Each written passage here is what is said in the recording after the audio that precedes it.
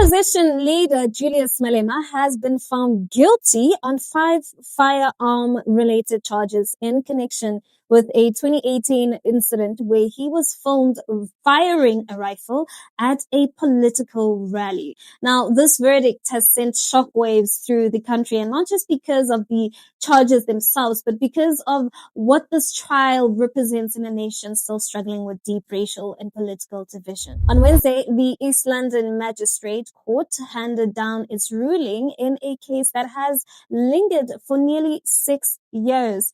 Julius Malema was found guilty of unlawful possession of a firearm, unlawful possession of ammunition, and discharging a firearm in a public area, as well as reckless endangerment of persons or property and failing to take reasonable precautions to avoid danger. Now, his former bodyguard, Adrian Snyman, who allegedly handed Malema the firearm, was acquitted of all charges. Now, the magistrate made it clear that the court accepted authenticated video footage from Gear House, which is the company that staged and recorded the event, as evidence. Malema, who leads the Economic Freedom Fighter, now faces a possible sentence up to 15 years in prison. And though the court is not bound by minimum sentence, the charges stem from the EFF's 5th anniversary rally in Ntatsane, Eastern Cape in 2018. A rifle was handed to Malema on stage. Moments later, in front of thousands of supporters, he raised it into the air and fired.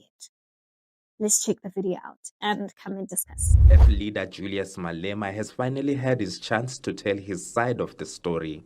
He says none of the state witnesses have directly linked him to the charges he faces. He maintains that the state's case is weak. I don't understand why the court wants me to help the state make its own case, because no state case has been made here that demonstrate that I carried that kind of weapon you are talking about. My DNA is not found on that weapon. My house was never searched. My workplace was never searched looking for that weapon. Malema further told the court that no one came forward claiming they were fearing for their lives when the shots were fired.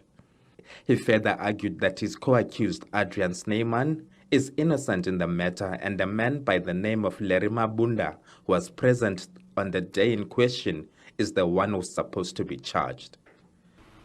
The AfriForum and African Lobby Group laid criminal charges against him, citing a violation of the Firearms Control Act.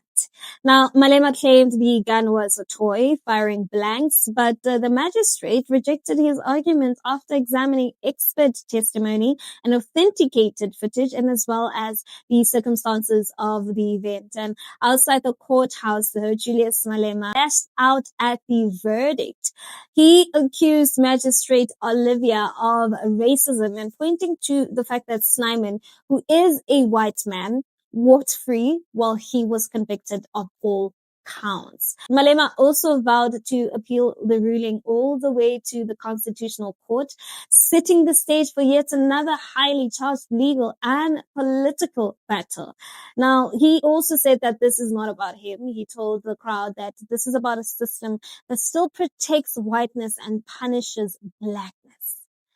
Now, his sentencing has been scheduled for July 23rd of 2026. Let's watch.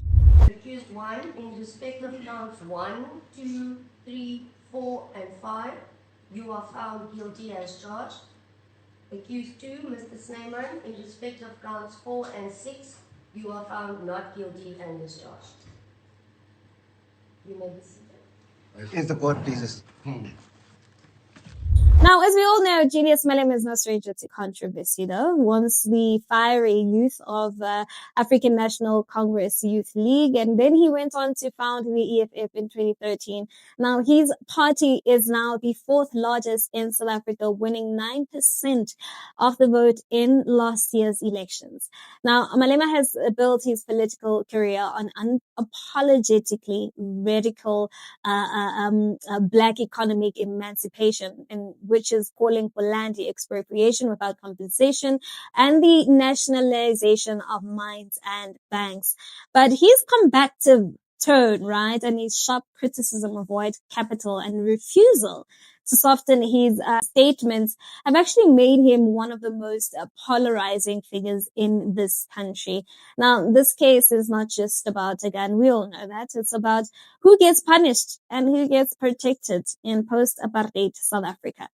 The charges were laid by AfriForum, which, as we know, is a group that has often clashed with Malema and the EFF over land, race, and historical accountability. Now, AfriForum positions itself as a civil rights group, but many Black South Africans view it as a defender of white minority interests, often resisting transformation efforts. So when Malema gets convicted, while his white bodyguard is acquitted, it lands in a country already simmering with a racial tension.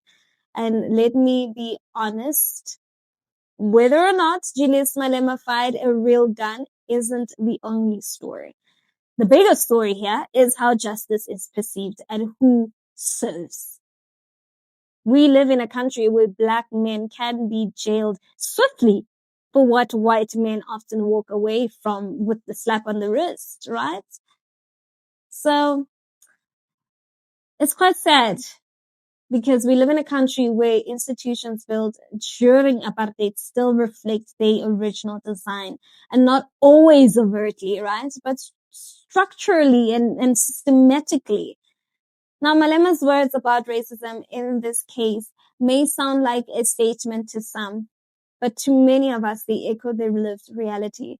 At the same time, leadership, especially revolutionary leadership, demands accountability. If you're going to speak of building a nation, if you are going to fight for justice, if you cannot give the system ammunition to discredit your cause. This is where the conversation gets uncomfortable, but it's necessary. Now, this trial also attracted international attention. Earlier this year, Malema's name surfaced in global political discourse when Donald Trump played a video of him during a meeting with Cyril Ramaphosa, falsely claiming that there's an ongoing white genocide in South Africa. Now, Malema's conviction will likely embroil both his supporters and his enemies, right? And for his base, he's the target of a racist system. For his critics, he's a dangerous populist who must face the law. Malema is set to be sentenced in January 23rd, and his legal team has confirmed that they will appeal. Whether this results in prison time, a suspended sentence, or gets overturned entirely, one thing is clear. This case will shape the political landscape of 2026. It will test the credibility of South Africa's judiciary and the strength of Malema's movement and the resilience of a society still trying to heal from centuries of racial trauma. Now, with that being said, Naledi Mfoloe reporting for ADNC in Johannesburg. Please, let's continue the conversation in the comment section. I really want to hear what your thoughts are on this. And while you're at it, don't forget to give this video a thumbs up. That's it from me. Till we meet again, it is bye-bye now.